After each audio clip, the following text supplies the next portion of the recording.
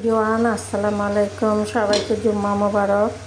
আজকে পোলাও রান্না করছি, আর এদিক দিয়ে আজকে দেশি মুরগি রান্না হচ্ছে। একটা ছোট আলু দিছি,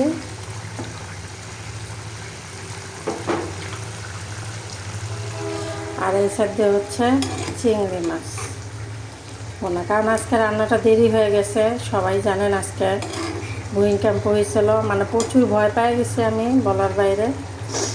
এখনও মনে করেন খারাপ লাগতেছে, মানে জীবনে কখনো এরকম দেখি নেই। তো 10 সেকেন্ড হয়েছে, যদি 1 মিনিট হইতো তাহলে তো আজকে আমরা এখন আর এই মানে থাকতাম না।